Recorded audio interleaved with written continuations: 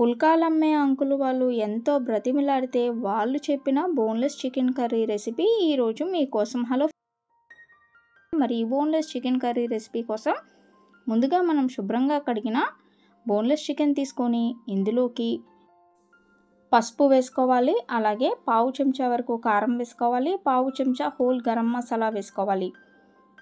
అలాగే చికెన్కి సరిపడా ఉప్పు కూడా వేసుకోవాలి. ఉప్పుతో పాటు పావు చెంచా అల్లం వెల్లుల్లి పేస్ట్, అలాగే కొంచెం కసూరి మెతి వేసుకోండి. ఇప్పుడు ఇందులోకి అర చెంచా వరకు ధనియాల పొడి కూడా వేసుకోవాలి. ఇప్పుడు 2 చెంచాల వరకు పెరుగు వేసుకోండి. పెరుగు వేసుకున్న తర్వాత మొత్తాన్ని కలుపుకొని ఫ్రిడ్జ్లో పెట్టేసుకోవాలి.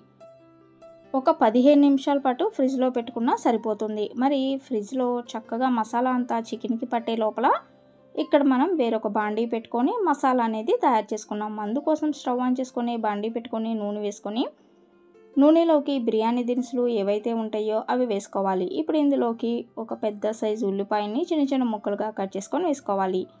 ఈ ఉల్లిపాయ ముక్కలు కొంచెం కలర్ చేంజ్ అయ్యే వరకు వేపుతూ ఉండాలి.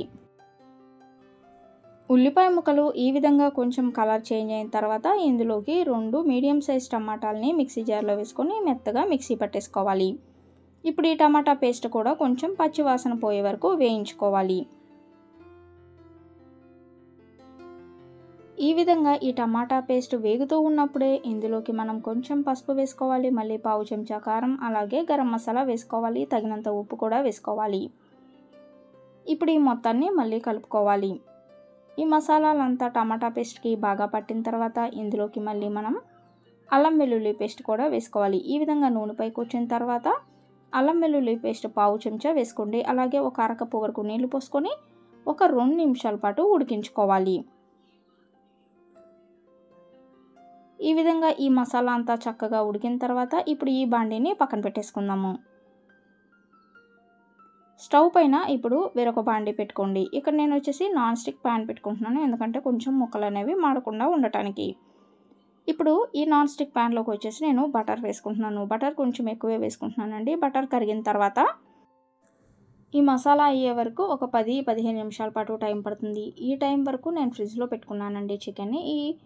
ఇప్పుడు ఫ్రిడ్జ్లో నుంచి చికెన్ని తీసి చక్కగా ఈ ప్యాన్లో వేసుకొని ఉడికించుకోవాలి. మనకి ఆ నీరు కూడా బయటకు వచ్చేసి చక్కగా ముక్క అనేది కొంచెం మెత్తగా అవుతుంది. ఆ తర్వాత చికెన్లో నీరంతా ఇంకిపోయి మనం వేసుకున్న బటర్లో చక్కగా చికెన్ అనేది కొంచెం ఫ్రై అవుతుంది. ఈ విధంగా చికెన్ ముక్కలు ఇలా కలర్ చేంజ్ అయ్యే వరకు వేయించుకోవాలి. ఇప్పుడు ఈ ప్యాన్ని పక్కన పెట్టుకొని మనం ముందుగా టమాటా వేసుకున్న బాండీని స్టవ్ పైన పెట్టేసుకొని మనం వేయించుకున్న ఈ చికెన్ ముక్కల్ని ఇప్పుడు బాండీలో వేసుకొని కలిపేసుకోవాలి. ఈ విధంగా కలుపుకునేటప్పుడు మీకు ఒకవేళ ఉప్పు సరిపోకపోతే ఇప్పుడే ఉప్పు వేసుకోండి. ఇప్పుడు అరకప్పు వరకు నీళ్లు పోసుకుంటున్నాను. ఈ విధంగా నీళ్లు పోసుకున్న తర్వాత ఇక్కడ క్రీమ్ అనేది వేసుకోవాలండి. క్రీమ్ వేసుకున్నట్లయితే మనకి కూరకి బాగా రుచి వస్తుంది. ఇదే పుల్కా పాయింట్ వల్ల చిట్కా. ఇక్కడ నా దగ్గర క్రీమ్ అనేది ఇంట్లో ఉండదు కాబట్టి నేను పాల ప్యాకెట్ కట్ చేసుకుని పాల ప్యాకెట్కి లాస్ట్లో మనకి క్రీమ్ అనేది అతుక్కొని ఉంటుంది. ఆ క్రీమ్ నాకు 1 స్పూన్ వరకు వచ్చింది. ఈ క్రీమ్ని వేసేసుకొని కలిపేసుకొని ఇక స్టవ్ ఆఫ్ చేసుకున్నాను.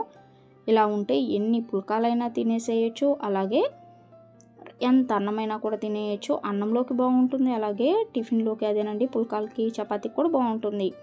ఈ ప్లేట్ వచ్చేసి ఈ పళ్ళెం వచ్చేసి మా అమ్మమ్మకి, నాకైతే ఇంకొక ప్లేట్. మరి మీ అందరికీ నేను చేసిన ఈ పుల్కా పాయింట్ వాళ్ళ రెసిపీ నచ్చినట్లయితే ఈ వీడియోని లైక్ చేయండి, షేర్ చేయండి. మరిన్ని వీడియోస్ కోసం మా ఛానల్ సబ్స్క్రైబ్ చేయండి. Thank you.